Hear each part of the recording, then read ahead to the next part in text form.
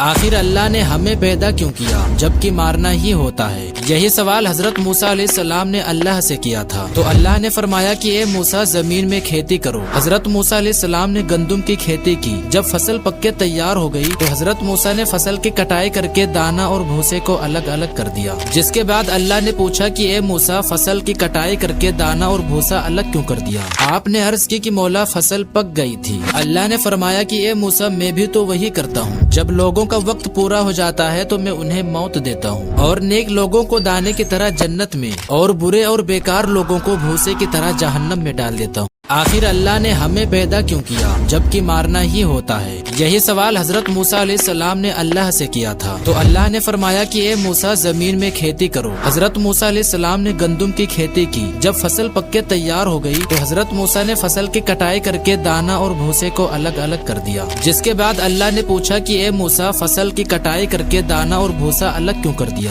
آپ نے عرض کی کہ مولا فصل پک گئی تھی۔ اللہ نے فرمایا کہ اے موسیٰ میں بھی تو وہی کرتا ہوں، جب لوگوں کا وقت پورا ہو جاتا ہے تو میں انہیں موت دیتا ہوں، اور نیک لوگوں کو دانے کی طرح جنت میں اور برے اور بیکار لوگوں کو بھوسے کی طرح جہنم میں ڈال دیتا ہوں۔